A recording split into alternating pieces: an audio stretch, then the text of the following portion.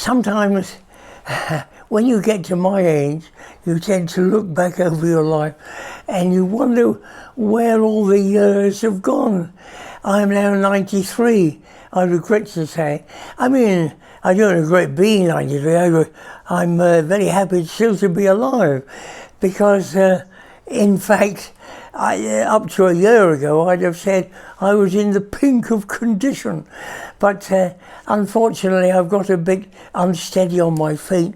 And let me see, last December, I was got up out of bed in the small hours to go to the bathroom, crossing a landing at the top of the stairs, lost my footing and tumbled all the way down the stairs to the bottom. So I was spread out over the bottom stairs with my head on the floor and my limbs across all the stairs. So my poor wife had to get up. I couldn't get up. She tried to help me up. I couldn't. I'd broken a number of bones, obviously. And I thought at the time I would have been very unlucky to fall down the stairs. But when I think about what I've seen since then, because not every week, but frequently now, I read in the paper X or Y fallen downstairs, and unlike me, he wasn't repaired, he died. So I'm very lucky to have survived. In fact, if you look at the papers, Donald Trump's first wife, who died a couple of days ago, how did she die? Fell down the stairs, killed herself. And it must be very easy, going down 11 steps, banging your head on each one. So whether it's made my brain work not so good, I don't know. But up to then, I've been very lucky. I've had a very varied life, and so I've been able to see things from a lot of different angles. And when I think to the people I was at college with, who have now become historians, who really had never seen the outside world, they'd been very good at school, they'd gone on to college, they were good at college, and then they got through college and got a job at some minor university and so on. So they'd never been in the outside world. But I have been almost too much in the outside world. Not only were my grandfather and indeed my father in his early days coal miners, when I was called up in just after the war, you could choose. If you are not very strong mentally, you could choose to go in the coal mine and do your 2 years national service. And since I'd always heard these stories of the coal mine, and I thought, well, yes, I'll find what it was like. So I volunteered. So they sent me to a coal mine in South Wales, Penach, the colliery, in a little village called Ystrad Mynach. And I was there for 2 years. My curiosity about the coal mines evaporated after about half an hour, but I was unfortunately there for 2 years. So all that happens is you have to go along and you go through the pithead bath, you take all your nice clean clothes off, you've got a clean locker on one side, you go through the showers to the dirty locker on the other side, then you get your yesterday's dirty clothes dripping with coal dust, and you put them on, vest, shirt, towel, everything, all dirty to start with. And it's no good putting clean clothes on, because in the first 10 minutes downstairs, they'll be filthy. So you go down in dirty clothes, you get into the cage at the top, and then after a bit, the chap at the top slams the gate closed and he signals to the chap who operates the wheel that it's full, it can go. So the cage descends very slowly for about 6 or 8 feet, and then it appears that the bottom has fallen out of the cage. What has happened is that the chap has taken the brake off, and down you go. and you're in the cage, hoping to goodness that the chap is paying close attention, because there have been cases in South Wales, one very well-known case 100 years ago when a boy was doing it and he saw a mouse run across the floor and he followed it and he didn't stop the cage. The cage crashed at the bottom of the shaft and killed everybody because you're going at such a speed. However, you go along and it slows down, and then your stomach, which has been caught up with you from down below, it goes up above, and you've left it above, and you get to the bottom of the shaft and you're deaf. You can't hear anything. It's most extraordinary because you've gone half a mile in about 1 minute or less. So from then you have to go along the corridors, which are the tunnels, which are near the shaft, and then you go into your particular district. There may be 10, 11, 12 districts scattered out where the coal is got. So I was in the end conveyor, and I remember going along, and it takes you a long time to get used to the idea that the top is coming down all the time, and as I was saying earlier, it gets down to about 4'6" before they repair it. In other words, chop a bit more rock out of it so that the tunnel gets higher. So you're going along bent over, and if somebody's behind you says, "I think Arsenal beat Chelsea this weekend," what? Oh God! You straighten up, and of course you hit your head on the top, and in fact, I had a big scar across the middle of my forehead from hitting the top.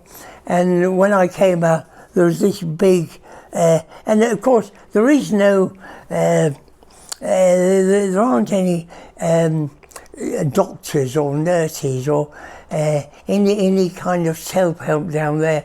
If you get a crack, you get a crack. And when you get up the top, they'll have a look at it. But otherwise, so by the time you're up to the top, all your scar, all your big tear across the forehead has been filled with coal dust. So from ever afterwards, you've got this big coal dust smell. So when I came out of the mine, I asked a doctor to take it out for me, which he did very kindly. Otherwise, I'll have had it ever since. So then you get into the coal face. Now the coal face, 4'10", is 4'6" high, is a good height. Half of British coal at that time, 1946, was mined in coal faces under 4'6" high. So you're spending all your day bent over double, and that's the job. The colliers on the coal are the young, very fit men between perhaps 20 and 32. But after that, the work is simply too hard.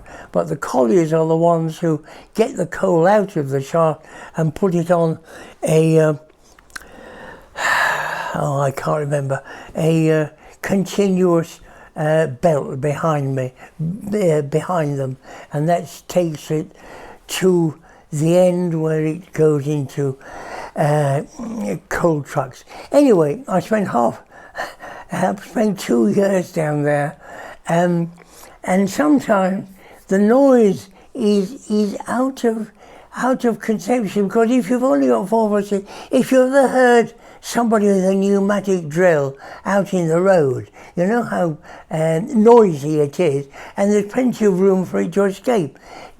You go down a pit, and there are 8 or 10 collars all the way along the face, all of them using their pneumatic drills, and the noise is such that it becomes beyond noise. You don't realise that it's a noise. And in fact, I was going around with my own boss, and he'd given me his prize tape measure to hold, and I dropped it and lost it. And so I had to say, "Oh, could I tell you, I'm afraid I've lost your tape measure." So this was Billy Evans, he was called. He was known, and this is in South Wales, where all of them are orators. He was an orator among orators.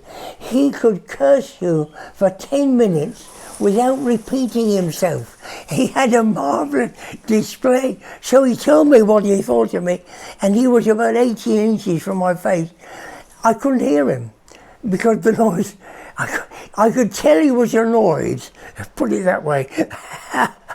He was extremely annoyed, and I had to buy him a new tape measure. Anyway, that was, after 2 years, I came out, and I was lucky to get a place in Oxford, and I spent 3 years in Oxford. I keep reading in the paper now about how unhappy lots of them are, and how many of them commit suicide. I thought I'd land in paradise. Mind you, merely not going down the pit every day was enough to be paradise for me. All you did was, I had to look at some history, and then every week you had a tutorial, and you argued with the fellow of the college about some historical bit. And I was already interested in the materialist conception of history, and I tried to persuade my tutor of it. And so, the end of the first term, you have to go, and your tutor said in front of the whole body, the whole scholastic body, how well you've been doing. So I went along, and my tutor looked at me and said, Mr. Edgar has written 8 essays for me this term. Or rather, I should say, he's written 1 essay and has repeated it 7 times. Because I've been trying to persuade him that my view of history was correct and his was not. Anyway, and I got through that, and then my parents wanted me to take the law. I'd studied history at Oxford, so I went to the Inner Temple and read law, passed the first part and the bar finals, and was called to the bar, as they say. And so I am one of the few people who has been a barrister and a coal miner. I still am a barrister. I'm not still a coal miner, of course, because there aren't any coal mines now. But I'm a barrister because once you've been called to the bar, you continue being a barrister unless they find you pinching the client's money or something. I'm glad to say I've never been found pinching any money, so I'm still a barrister. So that's the position I am at the moment. I then had, I didn't stay at the bar because perhaps I got too high opinion of what the law should be, but it struck me over and over again. I was involved in cases, and when I thought of it, the only fair result would have been the judge at the end of the case looking at at both sides, plaintiff and defendant, and saying, you're both rogues, you have both lost the case. Which of course he couldn't do. Somebody had to win. But there was enough roguery going on. No, I thought and of course at the end of it, what do? You are well off because you're charging your client a lot of money. And so at the end of a case, you have to see your client outside the law courts in the Strand, and you say, well, 2 things you can say. Either, well, I'm glad we won the case, so I'm glad I gave you the right advice to take action against him, and so you won your £20,000. Congratulations. Oh, just before you go, here's my bill, 30,000. Thank you and good night. Or that's when you'd won. When you'd lost, you had to go to your client and say, I'm sorry you've lost the 20,000, but before you go, here's my bill for 30,000. Thank you. So I didn't have the nerve to do it. The successful barristers I knew was ones with hides like rhinoceroses. Nothing put them off.